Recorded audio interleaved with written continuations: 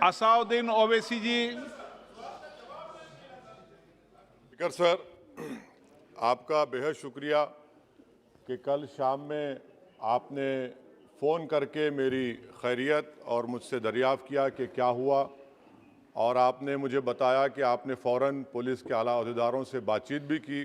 मैं आपका बेहद शुक्रिया अदा करता हूं कि आपने अपनी संवैधानिक जिम्मेदारी को एक रुकने पार्लिमान की जान पर जब कातिलाना हमला किया गया टोल गेट पर, आपने उस बात की। मैं आपका शुक्रिया अदा करता हूं। स्पीकर साहब, मैं मुख्तसर से यहाँ पर ये बात कहना चाहूँगा कि मुख्तलिफ सियासी पार्टियाँ मुख्तलिफ प्रदेश में इक़्तिदार पर हैं। ये बात आप तमाम को मैं गोशेगुजार कर रहा हूँ कि आखिर ये कौन लोग हैं जो गोली पर भरोसा करते हैं, बैलेट पर नहीं करते। आखिर ये कौन लोग हैं जो इतना रेडिकलाइज हो चुके हैं कि इनको इस संविधान पर एतमाद नहीं रहा, उनको अंबेडकर के बनाए हुए संविधान के खिलाफ हैं, जो इतनी नफरत पैदा करते हैं। आखिर ये कौन लोग हैं? मैं इसको सियासी गुफ्तगू नहीं करूंगा, ये सब के लिए छोड़ रहा हूं, क्योंकि जहां तक मुझे मालूम कि मैं 2 मरतबा का विधायक हूं, 4 मरतबा का सांसद हूं, और अगर इस तरह से अगर राजनीति आगे बढ़ेगी कि टोल गेट पर गाड़ी रुकती है और 4 राउंड गोलियां चलाई जाती हैं, आखिर इन नौजवानों को ये कैसे रेडिकलाइज हुए?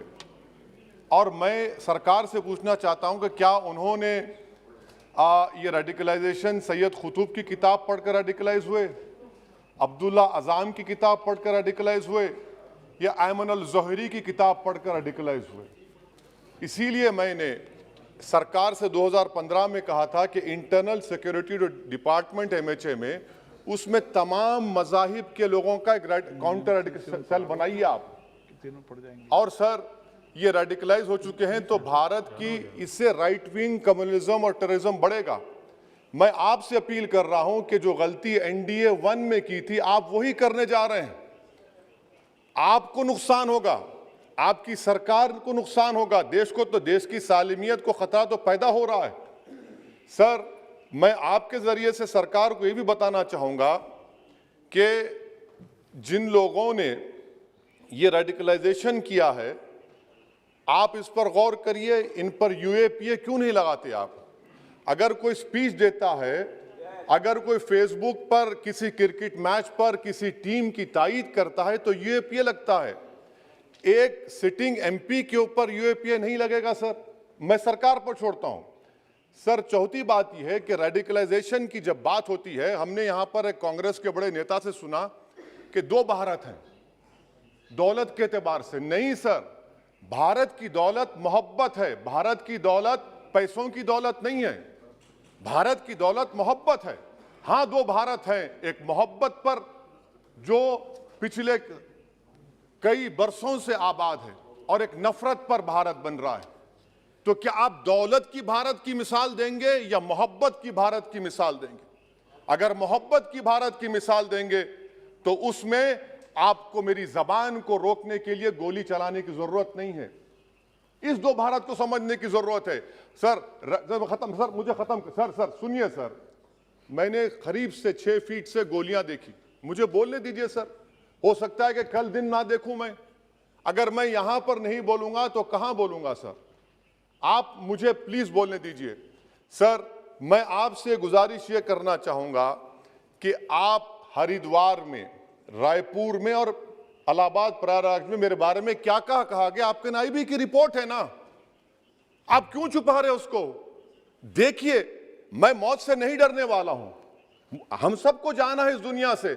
बल्कि मैंने कह दिया कि मैं इस वतन में पैदा हुआ, मेरी मां की कोख से तो जमीन पर लिटाया गया।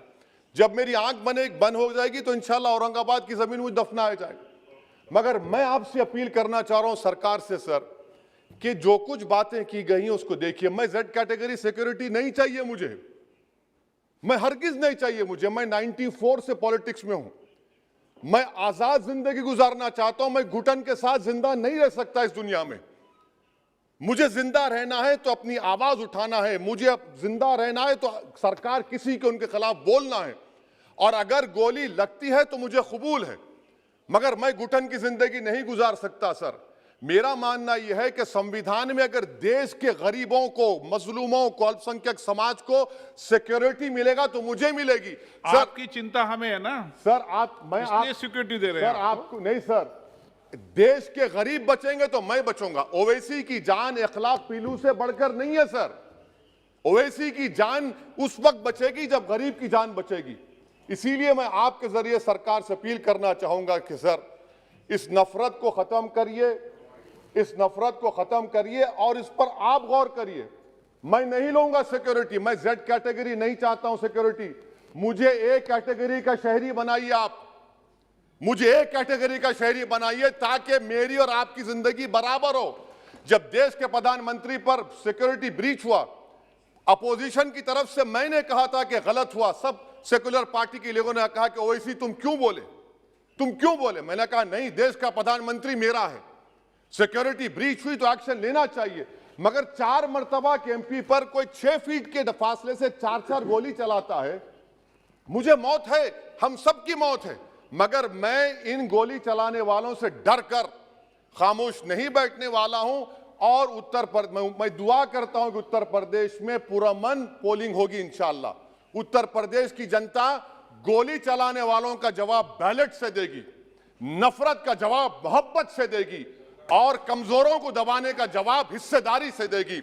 मेरी आपसे गुजारिश है सर कि मुझे जेड कैटेगरी नहीं चाहिए, मैं रिजेक्ट करता हूं। आप इंसाफ करिए सर, उस पर यूएपीए लगाइए। और इनके दिमाग कौन है, 2 लोग रेकी करते हैं, उनको मालूम कि मैं मीरठ किठौर से आ रहा हूं उस टोल गेट पर और 6 फीट के फासले पर गोली चलाते हैं। तो आप देख लीजिए सर, आप सरकार के हवाले, अगर आप इंसाफ करना चाहे आप इंसाफ कर सकते, मगर रेडिकलाइजेशन आपको नुकसान पहुंचाएगा और इससे राइट विंग टेररिज्म बढ़ेगा। शुक्रिया सर।